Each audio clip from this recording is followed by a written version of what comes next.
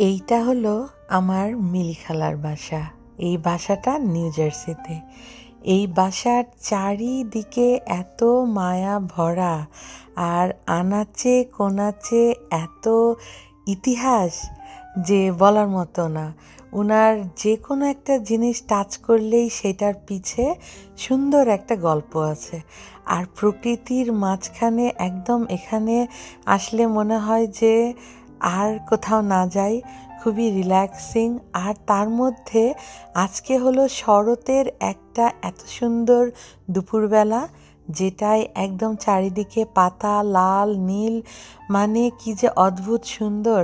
তারপরে আমার বাচ্চারা তো নানা নানুর বাসায় এসে একদম দারুণ মজা করছিল, কারণ তাদের নানা ভাইয়ের এইসব বানানো অনেক সুন্দর সুন্দর জিনিস, এই ট্রি হাউস, তারপরে সব কিছু খুবই সুন্দর।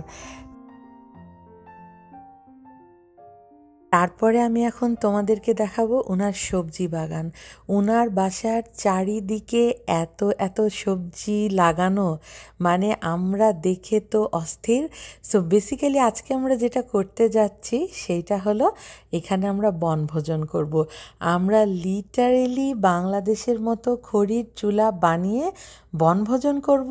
আর তার উপরে সবচেয়ে মজার জিনিস হলো আমরা একদম বাগান থেকে ফ্রেশ ফ্রেশ সবজি পারবো, পেরে সেইটা দিয়ে রান্না করব, রান্না করে বনভোজন করব। মানে এটার থেকে মজার আর কিছু হতেই পারে না।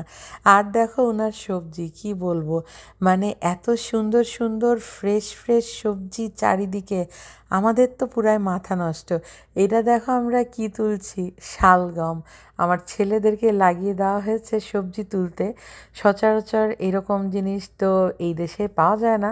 সো ওরা এই সবজি তুলে খুব মজা করলো। তারপরে এখন এখানে বানানো হচ্ছে খড়ির চুলা।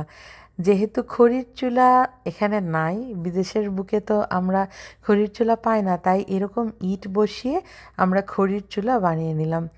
তারপরে এখানে রেডি হচ্ছে গরুর গোশ। আমার দায়িত্বে ছিল গরুর গোশ রান্না, খিচুড়ি, তারপরে আমরা অনেকগুলো ছিম পেরেছি, সেই ছিম এগুলো হলো আমার দায়িত্বে। আর অনেকগুলো যে আমরা সবজি পেরেছি সেইটা হলো সাবিনাপা রান্না করবে। ও আর খিচুড়িও আমার দায়িত্বে। সো এইখানে আমি গরুর গোশের জন্য সব মশলা একসাথে মাখিয়ে আমি যেটা করলাম, এটা ভালো করে মাখাবো। মাখিয়ে আমি নিচে নিয়ে যাব সেই খড়ির চুলায়, যেখানে আমরা খড়ির চুলা বানালাম ওইখানে আমি এটা বসিয়ে দিব। খড়ির চুলায় গরুর গোশ, বা খড়ির চুলায় খিচুড়ি, বা খড়ির চুলায় এনি রান্না, একদম এটা তো আর বলে তোমাদেরকে নতুন করে বলার কিছু নাই। তোমরা সবাই জানো কত মজা হয়, কারণ এই কাঠপোড়ার যে গন্ধ, সেই গন্ধের সাথে রান্না মিশে একদম অদ্ভুত একটা, খুবই মজার একটা স্বাদ হয়। আর যে খড়িগুলা দেখছো এগুলো আমরা কিনে আনিনি।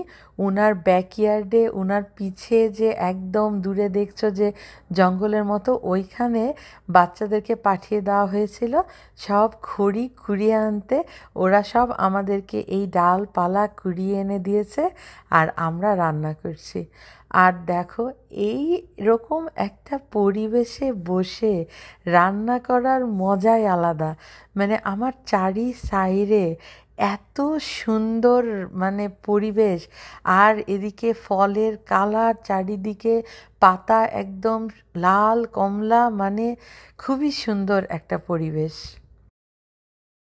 তারপরে এইখানে সাবিনাপা রান্না করছে লাবড়া। উনার সবজি বাগান থেকে আমরা মানে মনের খোয়াইশ মিটিয়ে যত সবজি পেরেছি, যা যা ছিল দুনিয়ার, আমরা সব পেরেছি। সব পারার পরে, কাটাকুটির পরে এই এক হাঁড়ি সবজি হয়েছে, যেটা দিয়ে আমরা একটা লাবড়া করব। ওই পাঁচফোড়ন দিয়ে, বাঘার দিয়ে, শুকনো মরিচ দিয়ে বাঘার দিয়ে, আমার তো তখনই মুখে পানি চলে আসছিল। আর এইখানে রান্না করছি ছিম। প্রথমেই দেখলা যে আমরা এক গাদা ছিম পারলাম, সেই ছিম দিয়ে এইখানে আমি ছিম ভাজি আর আলু রান্না করছি। আর এখন রান্না করছি খিচুড়ি। খিচুড়ি মানে খড়ির চুলায় রান্নার যেহেতু আমাদের অভ্যেস নেই, তাই বারবার যে ধোঁয়া আমাদের চোখে লাগছিল সেইটাতে আমরা একটু অস্থির হচ্ছিলাম, আমাদের চোখ দিয়ে একটু পানিও পড়ছিল। বাট এই রান্না আর এই বনভোজনের মধ্যে যেই মজা আর যেই আনন্দ তার বলে বোঝানো যাবে না। দেখো, খড়ির চুলা আমরা আসলে করি না, কিন্তু খড়ির চুলায় রান্না করা যে কত কষ্ট, বাংলাদেশে কত কত মানুষ এই খড়ির চুলায় সারা জীবন রান্না করে। তারপরে এখানে ভাজা হচ্ছে বেগুন। এই বেগুনগুলোও ওনার গাছের, এইগুলো আমরা চাকা চাকা করে সাবিনা আপা খুবই মজা করে এই বেগুন ভাজলো, তারপরে উপরে বেরেস্তা আর কাঁচামরিচ দিল। তারপরে বাসার ভিতরে ঢুকে দেখি নানা আর নাতি মিলে এখানে কুকি বানানো হচ্ছে। আমার বাচ্চারা আলহামদুলিল্লাহ খুবই মজা করেছে। আর ওনার এই কুকির যে রেসিপি, যা মজা! তারপরে এই তো হয়ে গেল আমাদের রান্না বান্না। রান্নাগুলো বেসিক্যালি নিচে হচ্ছিল মাটির উপরে, তারপরে এখন এটা উপরে ডেকে আনা হলো।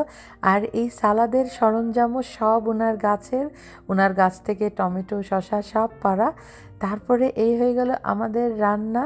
এখন হবে জম্পেশ খাই দাই। সো তোমাদের কেমন লাগলো আমাদের বনভোজন অবশ্যই আমাদেরকে জানিও।